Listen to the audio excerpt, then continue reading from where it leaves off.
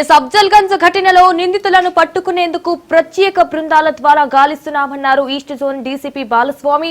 నిందితులను పట్టుకునేందుకు మొత్తం 10 టీమ్స్ ఏర్పాటు చేశామన్నారు. ఇటు రైల్వే స్టేషన్లు, బస్టాండ్లు, సిటీ శివారులు అన్ని ప్రాంతాల్లో గాలిస్తున్నామన్నారు. దోపిడీ చేసిన వారు ఛత్తీస్గఢ్ కు చెందిన వారిగా అనుమానిస్తున్నామంటున్న డీసీపీతో మా ప్రతినిధి రత్నకుమార్ ఫేస్ టు ఫేస్.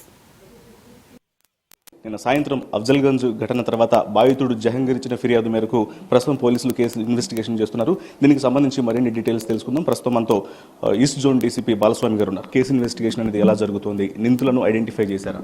అఫ్జల్గంజ్లో జరిగినటువంటి ఫైర్ ఇన్సిడెంట్లో నిందితులను ఐడెంటిఫై చేయడం జరిగింది. ఫైర్ ఇన్సిడెంట్ తర్వాత నిందితులు ఒక ఆటోలో సికింద్రాబాద్ వైపు పారిపోయినట్టు తెలుస్తూ ఉంది. దానికి సంబంధించి హైదరాబాద్ సిటీ పోలీసు కమిషనర్ గారి ఆదేశాల మేరకు ప్రత్యేక టీమ్స్ కూడా ఏర్పాటు చేయడం జరిగింది. నిందితులను పట్టుకోవడానికి నిరంతరం పోలీసులు తనిఖీలు చేస్తూ ఉన్నారు. నిన్న ఇన్సిడెంట్ మొదట బీదర్లో ఇన్సిడెంట్ జరిగిన తర్వాత అక్కడ కాల్పులు జరిపే వాళ్ళు హైదరాబాద్ వచ్చి ఇక్కడ నుంచి ఏ రకంగా తప్పించుకునేటువంటి ప్రయత్నాలు చేశారు, వాళ్ళ మూమెంట్స్ అనేవి ఎలా జరిగినాయి సార్?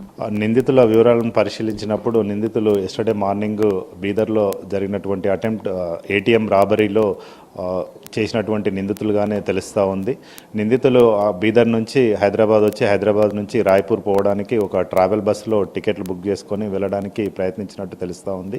దీనికి సంబంధించి ట్రావెల్ బస్సులో ఎక్కినప్పుడు వాళ్ళ లగేజ్ సాధారణ తనిఖీల్లో భాగంగా లగేజ్ చెక్ చేసినప్పుడు అందులో అనుమానాస్పదంగా క్యాష్ కనబడము, దాంతో నిందితులను విక్టిమ్ ప్రశ్నించినప్పుడు నిందితులు అతనిపై కాల్పులు జరిపి బ్యాగ్స్ తీసుకొని పారిపోయినట్టు తెలుస్తుంది.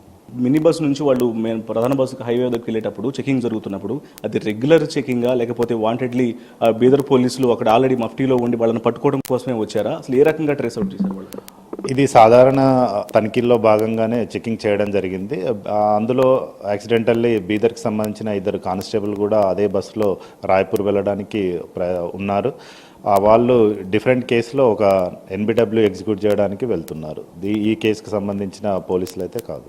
ఇప్పుడు ఈ ఇద్దరు నిందితులను ఐడెంటిఫై చేయడం కోసం ఎన్ని టీమ్స్ను ఫామ్ చేశారు, ఎక్కడెక్కడ సీసీ ఫుటేజ్లను పరిశీలిస్తున్నారు, ఎప్పటిలోగా ట్రేస్ అవుట్ చేసే అవకాశం ఉంది, పట్టుకునే అవకాశం ఉంది? ఈ 2 నిందితులను ట్రేస్ అవుట్ చేయడానికి హైదరాబాద్లో 10 ప్రత్యేక బృందాలను ఏర్పాటు చేయడం జరిగింది. దీనికి సంబంధించి కొన్ని టీమ్స్ కూడా రాయ్పూర్ కూడా పంపించడం జరుగుతూ ఉంది. అదేవిధంగా తెలంగాణ వ్యాప్తంగా కూడా పోలీసులందరికీ కూడా వీడియోస్ షేర్ చేయడం జరిగింది. తెలంగాణ మొత్తము వెహికల్ చెకింగ్ నడుస్తూ ఉంది. అందులో నిందితులను త్వరలోనే పట్టుకుంటాం. పాస్ట్ క్రైమ్ హిస్టరీ ఏమన్నా వీళ్ళకు ఉందా, ఏమైనా ఐడెంటిఫై చేశారు సార్? బేసిక్గా ఆ నిందితుల వివరాలు ఇప్పుడు మనకు ఓన్లీ ఫోటో మాత్రమే వచ్చాయి. నేమ్స్ అట్లాంటివి వచ్చినప్పుడు నిందితుల పాస్ట్ యొక్క అఫెన్సెస్ గురించి కూడా మనకు క్లియర్గా తెలుస్తూ ఉంది. ఇప్పుడు ఈ ఆపరేషన్ అనేది ఇప్పుడు బీదర్ కర్ణాటక పోలీసులతో కలిసి ఆపరేషన్ చేస్తున్నారా, లేకపోతే తెలంగాణ పోలీసులే చేస్తున్నారా? ఇప్పుడు ఛత్తీస్గఢ్ వాళ్ళు అంటున్నారు కదా, వాళ్ళ యొక్క ప్రమేయం తీసుకొని ఎంతవరకు జరుగుతుంది? నిందితులను పరిశీలించినట్లయితే వీళ్ళు అంతర్రాష్ట్ర దొంగలుగా తెలుస్తూ ఉంది. కాబట్టి అన్ని రాష్ట్రాల పోలీసు వాళ్ళు కూడా మనల్ని కాంటాక్ట్ చేయడం జరిగింది. సో దీనికి సంబంధించి బీదర్ పోలీసులతో పాటు తెలంగాణ పోలీసులు మరియు ఛత్తీస్గఢ్ పోలీసులతో పాటు సహకారం తీసుకొని ఇందులో దర్యాప్తు చేస్తున్నాము. దీనికి మన స్టేట్ సిఐడి నుంచి కూడా ప్రత్యేక బృందం కూడా ఏర్పాటు చేయడం జరిగింది. సో ఫైనల్గా ఈ కేసు ఎప్పటి వరకు కొలికి వచ్చే అవకాశం ఉంది? త్వరలోనే కొలికి తెస్తాం. ఇప్పటికే నిందితుల ఫోటోలు బయటకు వచ్చాయి, వారిని పట్టుకునేటువంటి ప్రయత్నాలు కూడా చేస్తున్నాము. అతి త్వరలోనే కేసును కొలికి తీసుకొస్తామంటూ కూడా పోలీసులు తెలియజేస్తున్నారు. Camera person వరుణ్తో Ratnakumar,